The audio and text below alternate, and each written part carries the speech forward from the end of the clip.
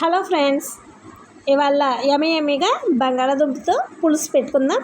Stove on చేసి cooker తీసుకుని cooker heat అయిన తర్వాత 2 టేబుల్ స్పూన్స్ ఆయిల్ హీట్ అయిన తర్వాత ఆనియన్స్ వేసి కలపెట్టుకోవాలి. 4-5 పచ్చిమిర్చి చీలికలు చేసి వేసుకోవాలి. తగినంత సాల్ట్ వేసి కలిపి మూత పెట్టుకోవాలి.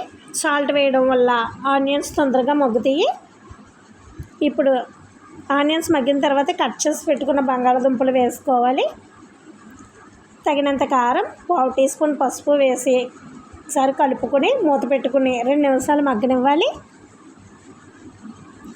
ఇవి కొంచెం మగ్గిన తర్వాత చింతపండు రసం తీసి